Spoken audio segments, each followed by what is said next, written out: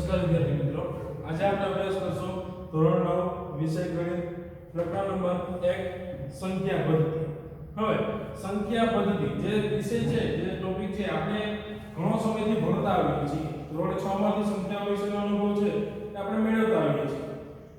ધોરણ 6 માં આપણે સંખ્યા, પછી અપૂર્ણાંક સંખ્યા, પૂર્ણાંક સંખ્યા એની વિશે માહિતીઓ છે મેળવતા આવીએ છીએ ધોરણ 6 થી.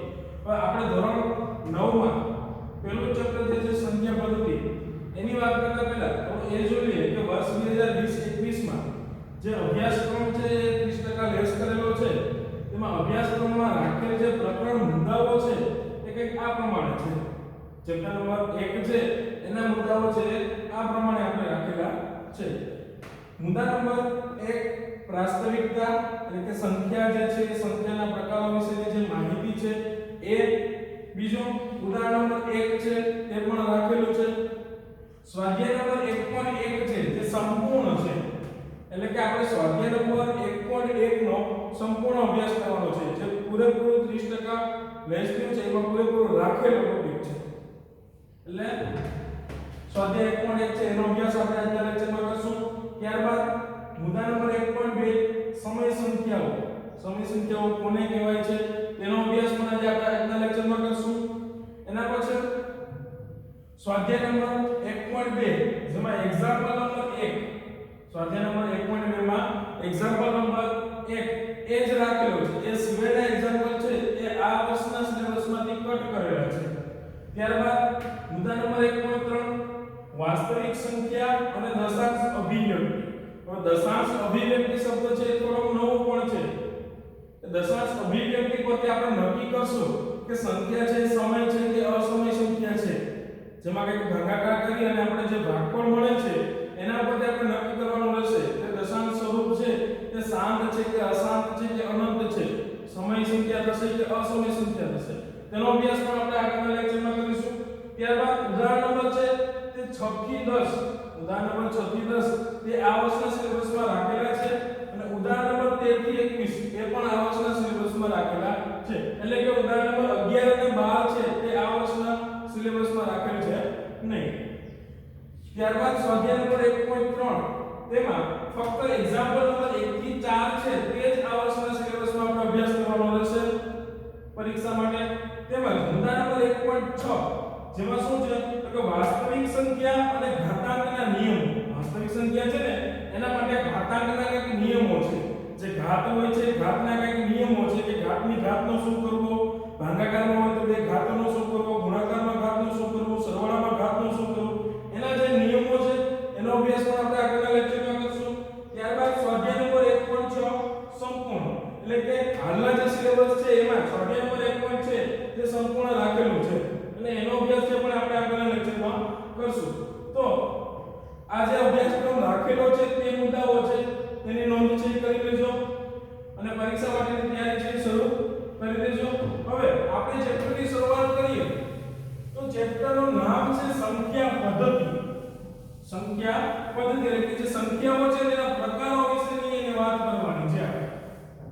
હવે સંખ્યાની જરૂરિયાત ક્યારે ઊભી થઈ હશે? પહેલાના સમયમાં સંખ્યા જ્યારે નહોતી, 1 2 3 એવી સંખ્યા જ્યારે નહોતી ત્યારે કઈ રીતે લોકો ઉપયોગ કરતા હશે? તો આપણે જો સીધી વાત કરીએ તો તમે 4 ભાઈઓ હો, 4 ભાઈઓ માટે ચોકલેટ લેવા જવું તો તમે ત્યાં દુકાને જઈને શું કહેશો? એમ કહેશો કે ભાઈ એક છગનની ચોકલેટ, એક મગનની ચોકલેટ, એક કનુની ચોકલેટ, એક રામની ચોકલેટ. હાલો, કદાચ 4 વ્યક્તિ હશે તો તમે નામ લઈને એકની ચોકલેટ છે લઈ લેશો. પણ તમારે 200 કુટુંબના સભ્ય હો એની ચોકલેટ લેવા જવું તો તમે શું કહેશો? ત્યાં તો એક નામ નહીં લેવાય. તો ત્યાં આપણે એક સંખ્યાની જરૂર પડે છે. સંખ્યા જે જથ્થો છે, કેટલી વસ્તુ જોઈએ છે એના માટે સંખ્યાની જરૂર ઉદ્ભવી છે. કંઈક એ માટે જ કંઈક સંખ્યાના જથ્થા માટે જ કંઈક સંખ્યાની શરૂઆત થઈ હશે. વસ્તુના જથ્થા માટે જ સંખ્યાઓ શોધાણી હશે. રેડી? તો સંખ્યાની વાત કરીએ તો આપણે છે આ સંખ્યાથી થોડા ઘણા પરિચિત પણ છીએ. પ્રાકૃતિક સંખ્યા, પૂર્ણ સંખ્યા અને પૂર્ણાંક સંખ્યા. કેમ કે ધોરણ 6 થી તમે ભણતા જાઓ છો. પૂર્ણાંક સંખ્યા વિશે તો મારા ખ્યાલથી વધારે પડતો અભ્યાસ કરેલો છે તમે. હવે પહેલો જ મુદ્દો આપણે લઈએ તો સંખ્યા રેખા. સંખ્યા રેખા શું છે?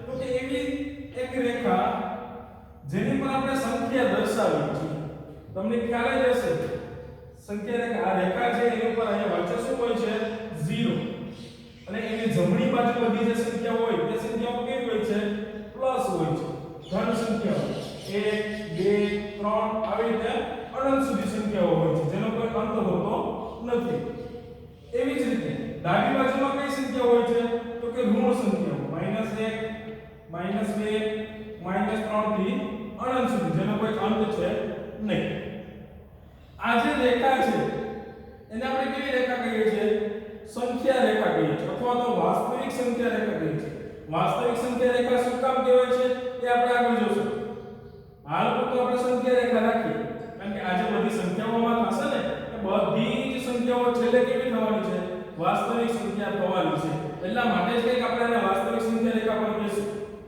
કેવું નતું પણ કહેવાય ગયું છે રાઈટ આ સંખ્યા રેખાને આપણે કેવી કહીશું વાસ્તવિક સંખ્યા રેખા અથવા તો ખાલી સંખ્યા રેખા જેની ઉપર છે સંખ્યાઓ દર્શાવવામાં આવેલી હોય છે હવે પહેલો જ મુદ્દો જોઈએ તો પહેલો કઈ છે પ્રાકૃતિક સંખ્યા એટલે કે કેવી સંખ્યા તો એમાં નવમા ધોરણની અંદર એક સરસ મજાની વાર્તા સ્વરૂપે આપણે દર્શાવેલું છે કે તમારી પાસે એક થેલી છે થેલી લઈ તમે 0 પાસે ઊભો હવે તો કે તમે જમણી બાજુ જાઓ થેલી લઈ તમે સંખ્યા રેખા પર જમણી બાજુ એટલે કે આ બાજુ જાઓ જમણી બાજુ જઈ અને જે સંખ્યાઓ આવે છે બધી થેલીમાં ભરતા જાઓ એટલે આ બધી સંખ્યાઓ છે થેલીમાં આપણે શું કરશું ભરી લેશું તો હવે એવું પૂછે છે કે ભાઈ તમે થેલીમાં જે સંખ્યાઓ ભરેલી છે તે સંખ્યાના જથ્થાને તમે શું કહેશો તો તે સંખ્યાના જથ્થાને આપણે કહેશું કેપિટલ N કેપિટલ N એટલે કે નેચરલ નંબર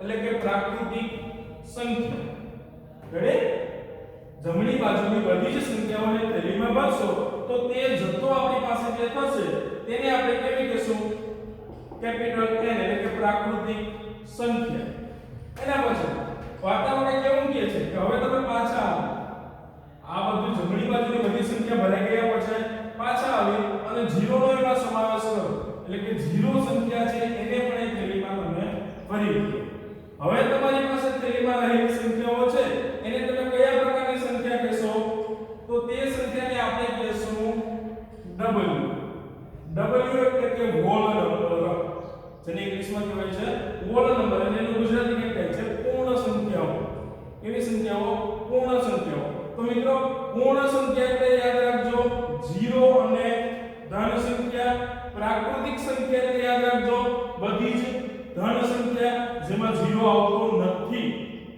પૂર્ણ સંખ્યા છે એમાં 0 અને ધન સંખ્યા આવે છે એનો મતલબ એવો થયો કે પૂર્ણ સંખ્યાની જે થેલી હશે એની અંદર શું નીકળશે તો કે 0 નીકળશે અને પ્રાકૃતિક સંખ્યા n પણ નીકળશે રેડી એટલે કે પૂર્ણ સંખ્યા જે છે આપણે પ્રાકૃતિક સંખ્યા જે છે નેચરલ નંબર એ કેમાં છે તો કે પૂર્ણ સંખ્યામાંથી છે પૂર્ણ સંખ્યાનો જે જથ્થો છે એની અંદર જ આવેલ છે n બિલોંગ્સ ટુ w એટલે કે બિલોંગ્સ ટુ આને કહેવાય છે ને શું કહેવાય છે ગુજરાતીમાં માં હોવું n છે કેમાં છે w માં છે એટલે કે આ બધી જે પ્રાકૃતિક સંખ્યા છે એ કેમાં આવેલી છે પૂર્ણ સંખ્યામાં આવેલી છે એટલે પ્રાકૃતિક સંખ્યાને આપણે કઈ રીતે દર્શાવ્યો છે કેપિટલ N બરાબર છગડીયા કૌંસમાં આપણે લખ્યો છે ગણની નિશાની છે 1 2 3 એટલે કે બધી ધન સંખ્યાઓ આ ગણ થયો પ્રાકૃતિક સંખ્યાનો ગણ એટલે કે n બરાબર છગડીયા કૌંસમાં 1 2 3 થી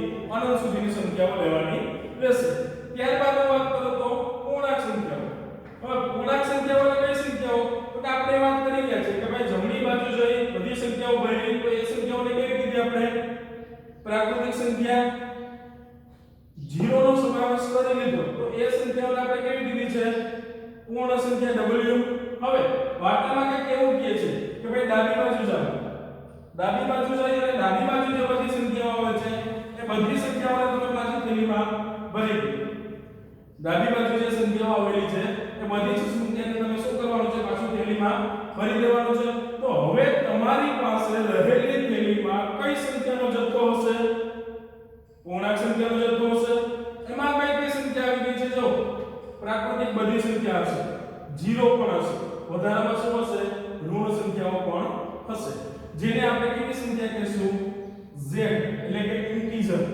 પૂર્ણાંક સંખ્યાઓ કેવી સંખ્યાઓ કહીશું પૂર્ણાંક સંખ્યા રેડી તો વાત કરી કે આપણે પ્રાકૃતિક સંખ્યા જેને ગણ સ્વરૂપમાં લખ્યું તો આપણે લખશું n બરાબર છગડીયા કૌંસમાં 1 2 3 એટલે કે બધી જ ધન સંખ્યાઓ અનંત સુધી બીજું પૂર્ણ સંખ્યા તો પૂર્ણ સંખ્યાને આપણે કેના વડે દર્શાવીએ છીએ w વડે કઈ રીતે લખશું ગણમાં તો કે છગડીયા કૌંસમાં બધી જ ધન સંખ્યાઓ અને 0 એટલે કે 0 1 2 3 થી અનંત સુધી છગડીયા કૌંસ પૂર્ણ ત્યાર પછી વાત કરી પૂર્ણાંક સંખ્યા તો પૂર્ણાંક સંખ્યા કોને કહીએ છીએ તો કે તેમાં કઈ સંખ્યાઓ આવે ઋણ બધી સંખ્યાઓ 0 અને બધી જ ધન સંખ્યાઓ પૂર્ણાંક સંખ્યાને શેના વડે દર્શાવાય છે તો કે z વડે દર્શાવાય છે એટલે કે પૂર્ણાંક સંખ્યા કેપિટલ Z બરાબર છગડીયા કૌંસમાં બધી જ ઋણ સંખ્યાઓ 0 અને બધી જ ધન સંખ્યાઓ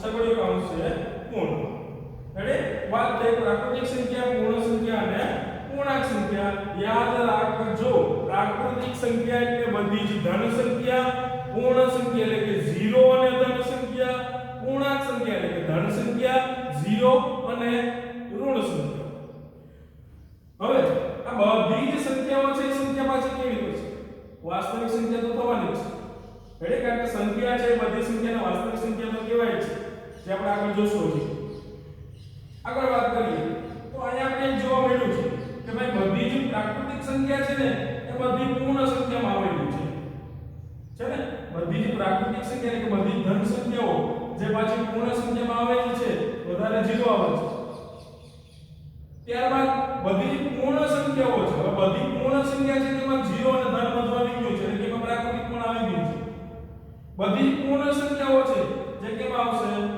પૂર્ણાંક સંખ્યામાં આવશે કેમાં આવશે પૂર્ણાંક સંખ્યામાં એટલે આપણે એક વસ્તુ અહીંથી સમજી લઈએ કે ભાઈ બધી જ પ્રાકૃતિક સંખ્યા છે તે પૂર્ણ સંખ્યા છે બધી જ પ્રાકૃતિક સંખ્યા છે તે પ્રાકૃતિક સંખ્યા પૂર્ણાંક સંખ્યા પણ છે બધી જ પૂર્ણ સંખ્યા છે તે પૂર્ણાંક સંખ્યા પણ છે બધી જ પૂર્ણ સંખ્યા છે તે પૂર્ણાંક સંખ્યા પણ છે પણ ઊંધું નહીં બધી જ પૂર્ણાંક સંખ્યા છે એ પ્રાકૃતિક થશે નહીં કેમ તો કે -3 છે જેને આપણે કેવી સંખ્યા કહીએ છીએ પૂર્ણાંક સંખ્યા તે પ્રાકૃતિક સંખ્યા થશે નહીં ઓકે એટલે યાદ રાખજો નાનામાંથી મોટામાં જવાશે મોટામાંથી નાનામાં જવાશે નહીં બધી જ પ્રાકૃતિક છે એ પૂર્ણ થશે ને પૂર્ણાંક પણ થશે બધી જ પૂર્ણ છે એ પૂર્ણાંક થશે પણ પ્રાકૃતિક થશે નહીં કારણ કે પ્રાકૃતિક છે પૂર્ણનો શું છે નાનો ભાઈ છે ને પૂર્ણ સંખ્યા છે પૂર્ણાંક સંખ્યા થશે પણ પૂર્ણાંક સંખ્યા છે એ પૂર્ણ થાય એવું જરૂરી છે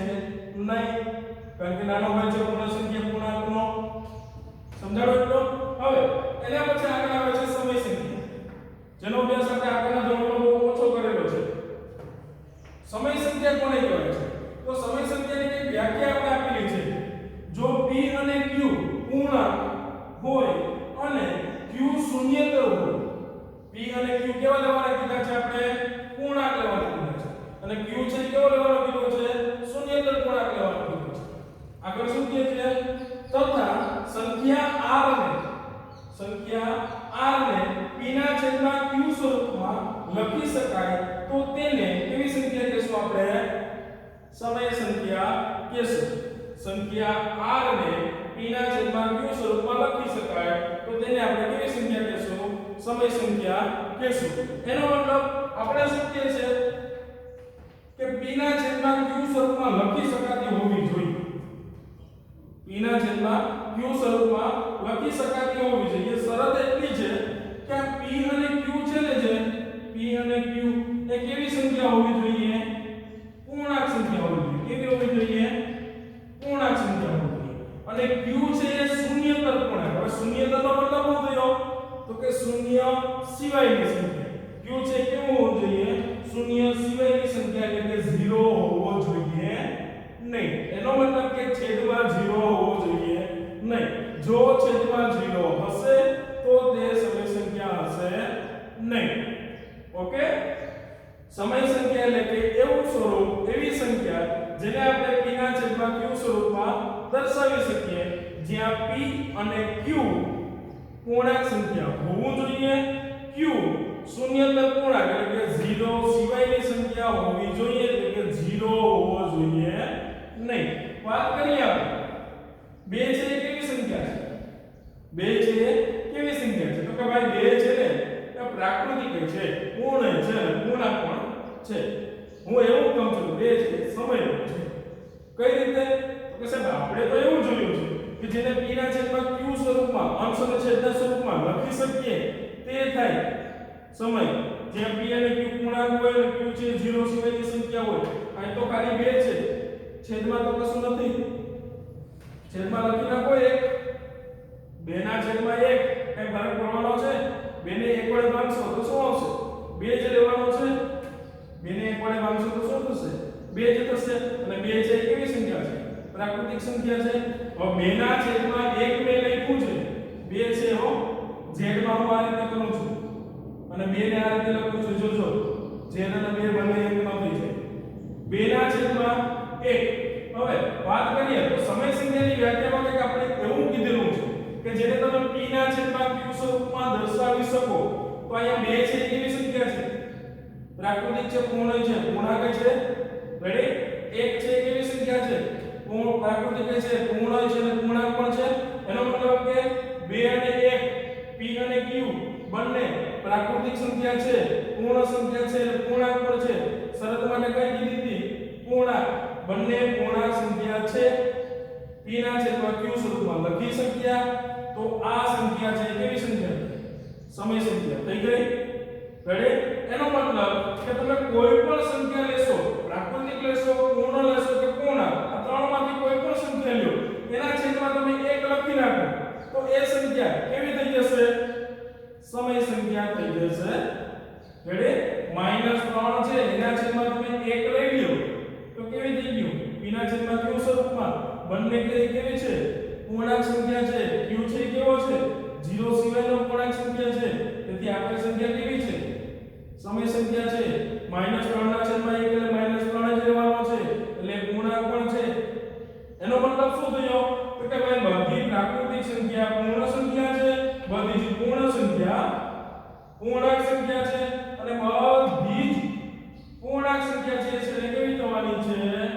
સમય સંખ્યા થવાની છે. રેડી? એટલે બધી સમય સંખ્યાની વાત કરી ગયા આપણે. સમય સંખ્યા કોને કહેવાશે? તો કે ભાઈ જેને p ના છેદમાં q સ્વરૂપમાં તમે દર્શાવી શકતા હો. જ્યાં p અને q છે કેવી સંખ્યા હોય? પૂર્ણાંક સંખ્યા હોય. q છે કેવી સંખ્યા હોય? 0 સિવાયની પૂર્ણાંક સંખ્યા હોય. તો આવી સંખ્યાને આપણે શું કહેશું? સમય સંખ્યા કહેશું. બીજું વાત કરો પ્રાકૃતિક સંખ્યા છે તે પૂર્ણ સંખ્યા છે. બધી જ પૂર્ણ અને પ્રાકૃતિક સંખ્યા છે તે પૂર્ણાંક સંખ્યા છે અને બધી જ પ્રાકૃતિક, પૂર્ણ, પૂર્ણાંક ત્રણ સંખ્યાઓ છે એ છેલ્લે કેમાં આવે છે? સમય સંખ્યામાં તો આવે જ છે. ઓકે? હવે આગળ વાત કરીએ. આપણે એ વસ્તુ સમજાઈ ગયું કે ભાઈ બધી પ્રાકૃતિક સંખ્યા, હું તમને પ્રશ્ન પૂછું કે ભાઈ બધી પ્રાકૃતિક સંખ્યા છે પૂર્ણ સંખ્યા છે તો તમારો જવાબ હશે હા છે. હું એવું પૂછું કે ભાઈ બધી પૂર્ણ છે પ્રાકૃતિક છે તો તમારો જવાબ આવશે કે ના? ના. બધી જ પૂર્ણ સંખ્યા છે તે પ્રાકૃતિક સંખ્યા નથી. હું પૂછું શું કામ નથી? તો કે ભાઈ અહીંયા તો બધી પ્રાકૃતિક છે ને એમાં બધી ધન સંખ્યાઓ આવે છે. પૂર્ણ સંખ્યાઓ છે ને એમાં ધન સંખ્યાઓ તો આવે જ છે. એટલે કે પ્રાકૃતિક છે, પૂર્ણ તો છે જ. પણ પૂર્ણ છે પૂર્ણ પ્રાકૃતિક નથી. એનું કારણ તો કે 0 એક વસ્તુ એવી છે જે પૂર્ણ છે પણ પૂર્ણાંક પૂર્ણ છે પણ પ્રાકૃતિક નથી. તેથી બધી પ્રાકૃતિક સંખ્યા પૂર્ણ સંખ્યા છે, બધી પૂર્ણ સંખ્યા પ્રાકૃતિક સંખ્યા નથી. બધી જ પૂર્ણ સંખ્યા પૂર્ણાંક સંખ્યા છે, બધી જ પૂર્ણાંક સંખ્યા પૂર્ણ સંખ્યા નથી. કારણ કે ઋણ સંખ્યાઓ છે તે પૂર્ણ સંખ્યામાં આવતી નથી. બાકીની બધી પૂર્ણ સંખ્યાઓ પૂર્ણાંક સંખ્યામાં આવે છે. તો સમજાઈ ગયું આ ચાર પ્રકાર શું? પૂર્ણ છે, પ્રાકૃતિક છે, પૂર્ણાંક છે અને સમય. ચાર સંખ્યાની આપણે વાત કરવાની છે. પ્રાકૃતિક છે સૌથી નાનો ભાઈ છે. એનાથી મોટાનું નામ શું છે? પૂર્ણ. એનાથી મોટા ભાઈનું નામ શું છે? પૂર્ણાંક. એનાથી મોટા ભાઈનું નામ શું છે? સમય. નાનો ભાઈ છે ને એના લક્ષણ મોટા ભાઈમાં છે. આ સમજવાનું છે. નાના ભાઈના બધા જ લક્ષણો છે એ મોટા ભાઈમાં છે. એ મોટાના લક્ષણ છે એનાથી મોટામાં છે. એટલે નાનો ભાઈ છે ને એના લક્ષણ મોટા ત્રણમાં હોવાના છે. થશે? સમજાણું ને? હું કઈ થયું ને પ્રાકૃતિક સંખ્યા છે ને એ બધી જ પૂર્ણાંક સંખ્યામાં પૂર્ણ સંખ્યામાં આવેલી છે. આ પ્રાકૃતિક સંખ્યાને નાનો ભાઈ કહીએ આ એનાથી મોટો બીજા નંબર. રેડી? તો પ્રાકૃતિક સંખ્યા છે બધી પૂર્ણ સંખ્યામાં આવે છે. વધારે કયો લક્ષણ છે? 0 આવે છે. બધી પૂર્ણ સંખ્યા એ પૂર્ણાંક સંખ્યામાં આવે છે. આવે છે ને? વધારે શું આવે છે? પૂર્ણ સંખ્યા આવે છે. અને છેલ્લે બધી સંખ્યાઓ ભેગા કરો એના લક્ષણ સૌથી મોટો સમય સંખ્યા એમાં તો છે. રેડી? હવે આગળ આપણે વાત કરીએ તો સ્વાધ્યાય નંબર 1.1. હવે સ્વાધ્યાય નંબર 1.1 માં શું કહે છે આપણે? પેલો પ્રશ્ન, શું શૂન્ય એક સમય સંખ્યા છે? શું શૂન્ય એક સમય સંખ્યા છે? પ્રશ્ન તમને પૂછ્યો છે કે ભાઈ 0 છે જે 0 શૂન્ય એટલે 0 ક્યાં છે ને શૂન્ય છે એ સમય સંખ્યા છે? તો આપણો જવાબ આયા થોડો વિચારી તો શૂન્ય એ કેવી સંખ્યા છે? ભાઈ શૂન્ય કેમાં આવે છે? પૂર્ણ સંખ્યામાં આવે છે. વાતને આગળ વધારીએ. પૂર્ણ સંખ્યા છે એ સમય સંખ્યા છે જ. રેડી? એટલે આપણો જવાબ આવી ગયો કે હા ભાઈ શૂન્ય છે એ કેવી સંખ્યા છે? પૂર્ણ સંખ્યા છે. શૂન્ય પૂર્ણ સંખ્યા છે તો કેવી સંખ્યા થવાની છે? સમય સંખ્યા થવાની છે. એટલે શૂન્ય છે એ કેવી સંખ્યા છે? સમય સંખ્યા છે. તો આનો જવાબ આપણે આપી દીધો છે. શું શૂન્ય એ સમય સંખ્યા છે? તો કે હા શૂન્ય એ સમય સંખ્યા છે. પણ આગળ આપણે પૂછીએ છીએ, શું પૂછે છે? શું તમે તેને p પૂર્ણાંક અને q શૂન્યતર પૂર્ણાંક હોય, p પૂર્ણાંક અને q છે એ શૂન્યતર પૂર્ણાંક હોય તેવા p અને q માટે p ના છેદમાં q સ્વરૂપમાં લખી શકશો? ચેલેન્જ કરી છે. શું કીધું છે? ભાઈ 0 છે ને એ પૂર્ણ સંખ્યા છે એટલે સમય સંખ્યા થવાનું છે આપણે ખબર છે. એટલે આપણે તામાં કહી દીધું કે 0 પૂર્ણ છે એટલે સમય છે જા. તો એને પાછો સવાલ કર્યો છે કે શું તમે એને p ના છેદમાં q સ્વરૂપમાં લખી શકશો? જ્યાં p અને q છે એ કેવી સંખ્યા હોવી જોઈએ? પૂર્ણાંક. અને q છે એ કેવો હોવો જોઈએ? શૂન્યતર પૂર્ણાંક એટલે કે 0 સિવાયની સંખ્યા હોવી જોઈએ. એ સ્વરૂપમાં તમે 0 ને લખી શકશો? લખી શકીએ. શું કામ ન લખી શકીએ? કરી નાખો 0 ના છેદમાં 2, કરી નાખો 0 ના છેદમાં 3, 0 ના છેદમાં કોઈ પણ સંખ્યા કરી નાખો. કારણ કે 0 ભાગ્યા કોઈ પણ સંખ્યા કરશો જવાબ તો શું રહેશે? 0. 0 છે આપણો મજબૂત છે. કોઈ પણ સંખ્યા વડે ભાગશો એમાં કોઈ ફરક પડશે નહીં. એટલે કે 0 ને કોઈ પણ સંખ્યા વડે ભાગશો જવાબ તો છે 0 જ આવશે. અને 0 તો કેવી સંખ્યા છે? પૂર્ણ છે એટલે સમય તો થવાનો જ છે. રેડી? તો આપણો જવાબમાં શું રહેશે કે હા 0 છે એ કેવી સંખ્યા છે? સમય સંખ્યા છે. એટલે પહેલાનો જવાબ કે આપણે આ રીતે લખશું. હા શૂન્ય એ સમય સંખ્યા છે. શૂન્ય છે કેવી સંખ્યા છે? સમય સંખ્યા છે. રેડી? આગળ પૂછ્યું એટલે જવાબ જે લખવો જોશે.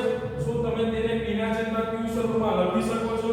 તો કે હા તેને p ના છેદમાં q સ્વરૂપમાં લખી શકાય. p ના છેદમાં q સ્વરૂપમાં લખી શકાય જ્યાં p પૂર્ણાંક અને q શૂન્યતર પૂર્ણાંક હોય. રેડી? આપણો જવાબ કેવો થશે? તો કે હા શૂન્ય છે કેવી સંખ્યા છે? સમય સંખ્યા છે. હા તેને p ના છેદમાં q સ્વરૂપમાં લખી શકાય જ્યાં p પૂર્ણાંક અને q શૂન્યતર પૂર્ણાંક હોય. તો લખીને બતાવો. દાખલા તરીકે લખી દઈએ 0 ના છેદમાં 1, 0 ના છેદમાં 2. અહીંયા તમે ઋણ સંખ્યા પણ છેદમાં લઈ શકો. 0 ના છેદમાં -3. ધન ઋણ કોઈ પણ વડે ભાગશો 0 તો 0 જ આવશે. -0 કે +0 કયો 0 તો 0 જ છે. રેડી? આ રીતે કોઈ પણ રીતે સંખ્યા લખી શકશો. છેદમાં કોઈ પણ સંખ્યા લખશો 0 ઉપર હશે તો 0 જ થવાનું છે. અને 0 છે એ કેવી સંખ્યા છે? પૂર્ણ સંખ્યા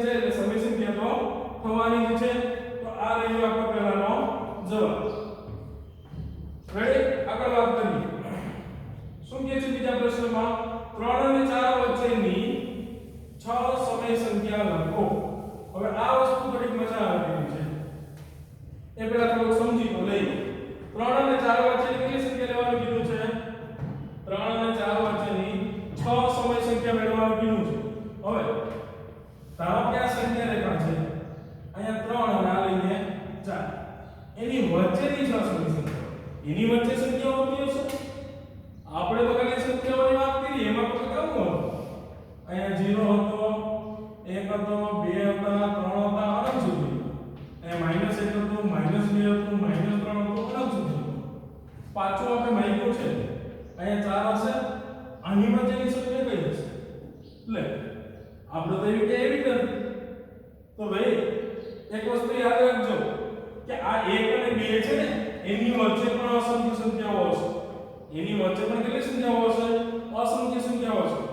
ઈ વળી કઈ સંખ્યાઓ? વાત કરીએ આપણે 3 અને 4 ની, તો 3 અને 4 વચ્ચેની સંખ્યાઓ મેળવવાની કીધી છે ને? કેટલી કીધી છે? 6 સંખ્યાઓ કીધી છે. સારું કહેવાય 6 જ કીધું, કારણ કે એની વચ્ચે તો કેટલી સંખ્યાઓ હોય? અસંખ્ય સંખ્યાઓ હોય છે. હવે અસંખ્યમાંથી 6 સંખ્યા મેળવીએ એટલે શું વાત છે? મેળવી લેશું હમણાં. કઈ કઈ સંખ્યાઓ?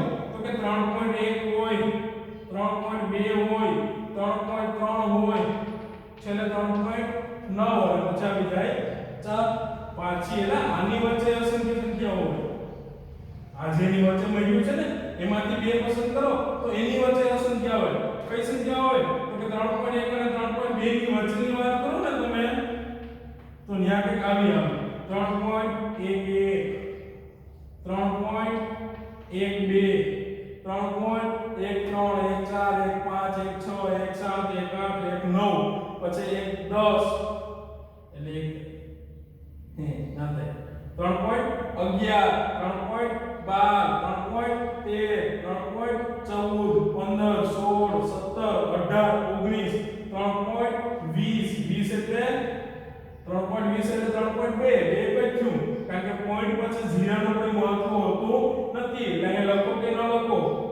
3.11, 3.20 કયો કે 3.2 કયો, બંને સંખ્યા એક જ છે. હવે પાછી આની વચ્ચે અસંખ્ય સંખ્યાઓ છે. કઈ રીતે? તો કે 3.1 અને 2 ની વચ્ચે જોઈએ કઈ આપણે એવી રીતે 3.11 અને 3.12 એની વચ્ચે જોઈએ તો એની વચ્ચે પાછી આવે 3.111, 3.112. આવી તો કેટલી સંખ્યાઓ આવે છે? અસંખ્ય સંખ્યાઓ આવે છે. એટલે કોઈ પણ બે સમય સંખ્યા હોય એની વચ્ચે કેટલી સંખ્યાઓ આવેલી હોય? અસંખ્ય સંખ્યાઓ આવેલી હોય છે. કોઈ પણ બે સંખ્યાની વચ્ચે અસંખ્ય સંખ્યાઓ આવેલી હોય છે. એમાંથી આપણે અમુકને સમય કહેશું, અમુકને અસમય કહેશું. અસમય કઈ રીતે કહેશું આગળના લેક્ચરમાં આપણે અભ્યાસ કરશું. હવે વાત કરીએ આપણે અત્યારે 3 અને 4 વચ્ચેની 6 સમય સંખ્યા મેળવવાની, તો એના માટે કંઈક 3 રીત છે જેમાંથી તમને જે મજા આવે ને એ રીત તમારે કરવાની છે. મને મજા આવશે એવું કરીશ. હું તમને 3 રીત છે એ સમજાવી દઉં છું. પહેલી રીત એક આવી છે, જે રીત છે ટેક્સ્ટ બુકની રીત છે, પાઠ્યપુસ્તકમાં એ રીત આપણે આપેલી છે. તેમાં શું કરવાનું છે? તમારે 3 અને 4 વચ્ચેની સંખ્યાઓ મેળવવાનું છે. તો પહેલા તમારે 3 ને કહી દેવાનું છે x અને 4 ને કહી દેવાનું છે y. રેડી? યાદ રાખજો, નાની સંખ્યાને કહેશું x, મોટી સંખ્યાને કહેશું y. બીજું તમારે એક સૂત્ર યાદ રાખવું પડશે. આ રીત કરશો ને તો તમારે એક સૂત્ર યાદ રાખવું પડશે. એટલે હું કહું છું આ રીત રાખો, પણ આપણે કરી લઈએ. આના પછીની રીત છે એમાં સૂત્ર યાદ નહીં રાખવું, એવી રીત આપીશ, પણ ન્યાય પાછું તકલીફ હશે. એના પછી રીત આપીશ, એકદમ સહેલી હશે, મજા આવી જશે. આ રીતે અત્યારે જોઈ લઈએ. શું કરવાનું છે? b. b માટે સૂત્ર શું છે? તો કે y - x છેદમાં n પ્લસ 1. શું સૂત્ર યાદ રાખવાનું છે? y - x છેદમાં n પ્લસ 1. કોના માટે? d માટે. d હું છે? d હું છે કહું છું જરા. એ પહેલા જોઈએ n હું છે. રેડી? d હું છે એ પછી જોઈએ, n હું છે પહેલા જોઈએ. n હું છે તો આપણે કેટલી સંખ્યાઓ મેળવવાનું કીધું છે? 6 સંખ્યાઓ મેળવવાનું કીધું છે. તો અહીંયા n બરાબર આપણે શું લેવાનું રહેશે? 6 લેવાનું રહેશે. તો d આપણે કંઈક મળી જશે. d બરાબર શું મળશે? તો કે y - x એટલે કરો 4 - 3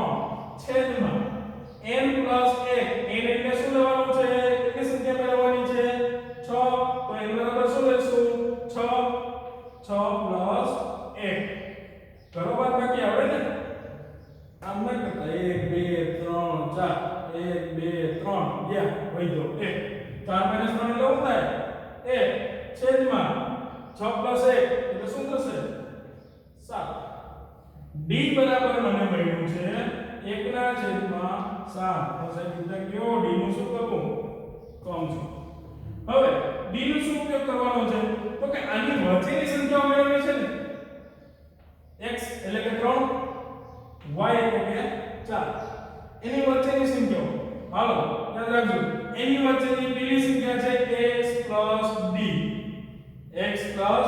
d એની વચ્ચેની બીજી સંખ્યા છે x + 2d એની વચ્ચેની ત્રીજી સંખ્યા છે x + 3d એની વચ્ચેની ચોથી સંખ્યા x + 4d x + 5d અને x + 6d રેડી આ છ સંખ્યાઓ છે એની વચ્ચેની સંખ્યા થશે પણ આપણે એક કિંમત મૂકવાની છે x શું છે ભાઈ 3 એવું છે 1/7 એ મૂકી બંનેનો સરવાળો કરશું ત્યારે પેલી સંખ્યા મળશે બીજી સંખ્યા મેળવવા માટે x = 3 મૂકી d = 1/7 મૂકી 1/7 નો 2 વડે ગુણાકાર કરી 3 માં ઉમેરશું ત્યારે આપણે બીજી સંખ્યા છે એ મળશે એટલે કિંમત મૂકી દઈએ તો આપણે કઈ આ રીતે કહી શકીએ કે ભાઈ પહેલી સમય સંખ્યા અહીંયા કો લખ્યું છે એટલે કે પહેલી સમય સંખ્યા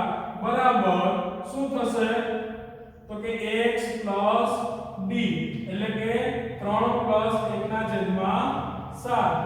અહીંયા સરવાળા કરતા હોવા જોઈએ અપૂર્ણાંકને સરવાળા કરવા માટે શું કરવાનું છે તો કે આના છેદમાં 1 લઈ લઈએ લસા લેતા આવડે ન આવડે જવા દો છેદનો ગુણાકાર કરી દો 7 * 7 આ 7 નો અહીંયા ગુણાકાર કરવાનો 1 નો ગુણાકાર અહીંયા એટલે 7 તેરી 21 પ્લસ 1 એકા 1 એટલે કઈ સંખ્યા મળશે 22/7 આ મળી ગઈ પહેલી સમય સંખ્યા રેડી હવે એ વસ્તુ વિચારો કે 22/7 છે 3 અને 4 વચ્ચે કઈ રીતે આવે છે આપણે કોઈની વચ્ચે નું કીધું હતું ને તો એક કામ કરો 22/7 કરી નાખો જોઈએ 22/7 તો 7 તેરીને 21 વધશે 1 ભાગ ચાલશે નહીં પોઈન્ટ લેશું પોઈન્ટ નહીં તો લાગુ ફ્રી મળે રેડી એટલે પોઈન્ટ લઈને લેશું 0 7 એકા 7 3 વધશે પોઈન્ટ લીધેલો છે એટલે એક લાગુ હજી ફ્રી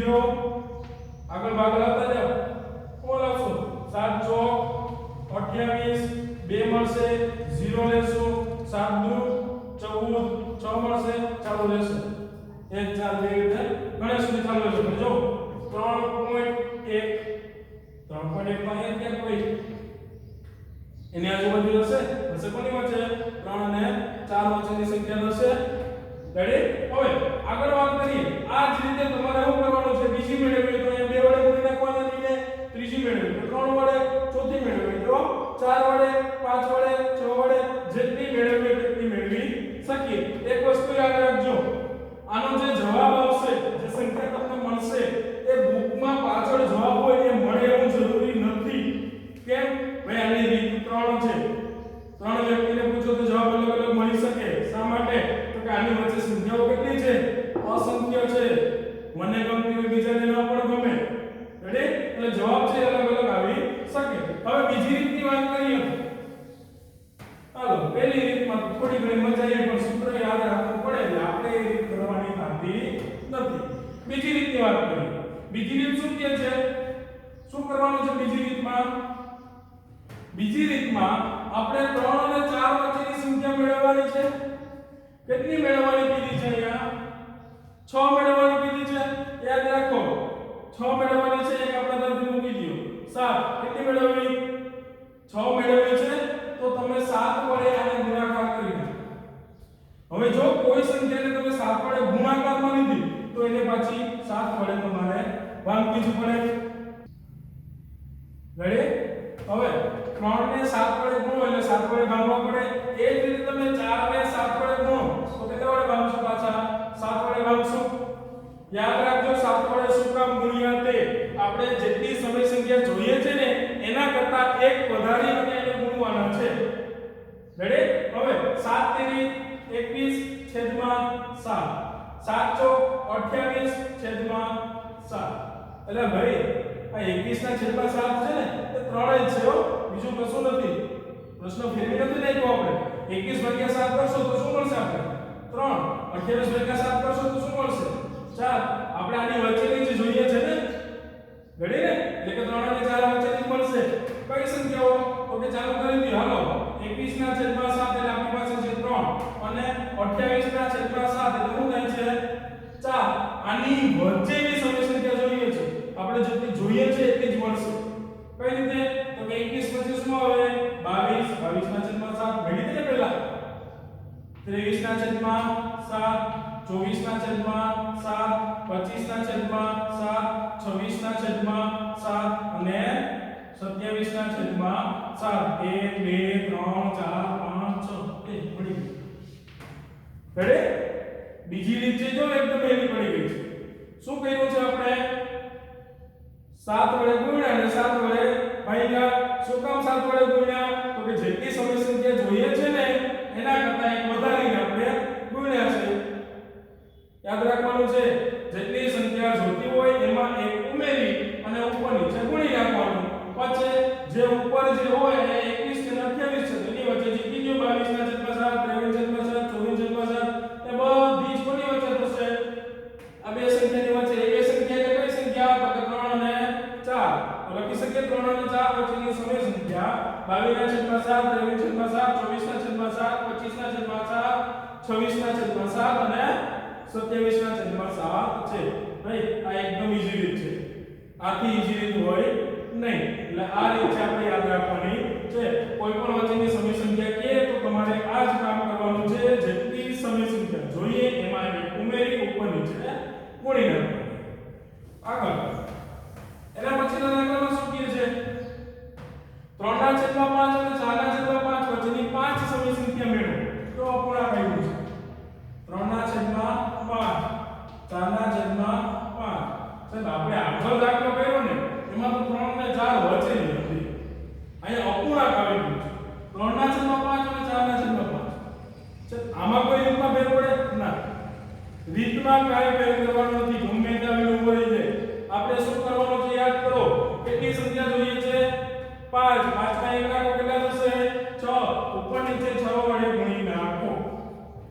આપેલ સંખ્યાને ઉપર નીચે 6 વડે ગુણી નાખો. પાછી 6 કેન્સલ થશે તો એની એ જ રહેશે. દીધું એટલે દીધું. હિસાબ બરાબર જ રહેશે. રેડી? ગુણાકાર કરી દો. 6 તેરી 18/650 ને 30 6 ચોક 24/650 ને 30. આની વચ્ચેની સંખ્યાઓ જોઈએ છે. યાદ આવી ગઈ કઈ હશે? 18 થી ચાલુ કરીને 24 ઉગાડવાનું છે. 19/6 છેદેનો એ 30 20/6 30 21/6 30 22/6 30 23/6 30 24 કીધું છે. બરાબર? એટલે આ કઈ સંખ્યાઓ થઈ ગઈ? આ બેની વચ્ચેની સમય સંખ્યાઓ કેટલી થઈ? 1 2 3 4 અને 5. રેડી? હવે એના પછી આગળ વાત કરીએ તો પ્રશ્ન નંબર 4. પહેલો પ્રશ્ન શું કહે છે? દરેક પ્રાકૃતિક સંખ્યા પૂર્ણ સંખ્યા છે. દરેક પ્રાકૃતિક સંખ્યા પૂર્ણ સંખ્યા છે. પ્રાકૃતિક નાનો ભાઈ છે, પૂર્ણનો મોટો ભાઈ છે. નાના ભાઈના લક્ષણ મોટા ભાઈમાં છે ને? બધી ધન સંખ્યાઓ આવેલી છે. 0 નથી પણ આપણે પૂછ્યું કઈ છે? પ્રાકૃતિક એટલે બધી ધન સંખ્યાઓ પૂર્ણમાં આવેલી છે. તો વિધાન છે કેવું થશે? સત્ય. કે ભાઈ દરેક પ્રાકૃતિક સંખ્યા છે એ પૂર્ણ સંખ્યા છે. બીજો પ્રશ્ન, દરેક પૂર્ણાંક એ પૂર્ણ સંખ્યા છે. મોટું કોણ? પૂર્ણાંક કે પૂર્ણાંક? પૂર્ણાંક મોટો છે કે પૂર્ણ મોટો છે? પૂર્ણાંક સંખ્યાનો સમૂહ મોટો છે. મોટો છે એ બધું નાનામાં હોય ના. મોટો સમૂહ છે એ બધો સમૂહ નાના સમૂહમાં તો ના જોડો. આપણે જોયું છે અહીંયા પૂછ્યું એવું છે ને યાર કે પૂર્ણાંક સંખ્યા છે પૂર્ણ સંખ્યા છે. હવે પૂર્ણાંક સંખ્યામાં માઈનસ આવે. પૂર્ણમાં આવે છે માઈનસ? નથી આવતું. તો આ વિધાન કેવું થશે? અસત્ય. કે ભાઈ દરેક પૂર્ણાંક સંખ્યા છે ને એ પૂર્ણ સંખ્યા નથી. પણ પૂર્ણ સંખ્યા છે કેવી છે? પૂર્ણાંક સંખ્યા છે. અહીંયા જે વાત કરી છે કેવી છે? ખોટી છે. કે દરેક પૂર્ણાંક છે પૂર્ણ છે નહીં. એના પછી દરેક સમય સંખ્યા એ પૂર્ણ સંખ્યા છે. વળી વાત એવી, મોટો કોણ, પૂર્ણ કે સમય? સમય સંખ્યા મોટી છે ને, તો મોટી સંખ્યાનો સમૂહ છે એ નાની સંખ્યામાં હોય, બધું હોય એવું જરૂરી નથી. રેડી ને? હું કોઈ સંખ્યા લઈ લઉં 2/3 લઉં તો આ સંખ્યા કેવી છે? સમય સંખ્યા છે, કારણ કે p/2 સ્વરૂપમાં લખી શક્યા. પણ આ સંખ્યા છે એ પૂર્ણ સંખ્યા તમે કહી શકશો? નહીં કહી શકો. આ 2/1 હોય તો તમે કહી શકો. રેડી ને? 2/1 એટલે 2 થી 2 છે પૂર્ણ સંખ્યા થશે, પણ 2/3 થશે નહીં. રેડી? બધી સમય સંખ્યાઓ છે એ પૂર્ણ સંખ્યા છે નથી. રેડી ને? તો આપેલ વિધાન છે એ પણ કેવું થશે? ખોટું થશે. તો આજે આપણે જે કઈ સમજ્યા છે એ સારી રીતે સમજી અને તમારી સેટ બુકમાં સ્વાધ્યાય નંબર 1.1 છે એનું સોલ્યુશન સંપૂર્ણ લખવાનું છે. અને જે આપણે આગળ વાત કરી છે પ્રાકૃતિક સંખ્યા, પૂર્ણ સંખ્યા, પૂર્ણાંક સંખ્યા અને સમય સંખ્યા કોને કહેવાય એના વિશેની માહિતી છે એ પણ તમારા બુકમાં લખી નાખવાની છે. રેડી? તો આજે આપણે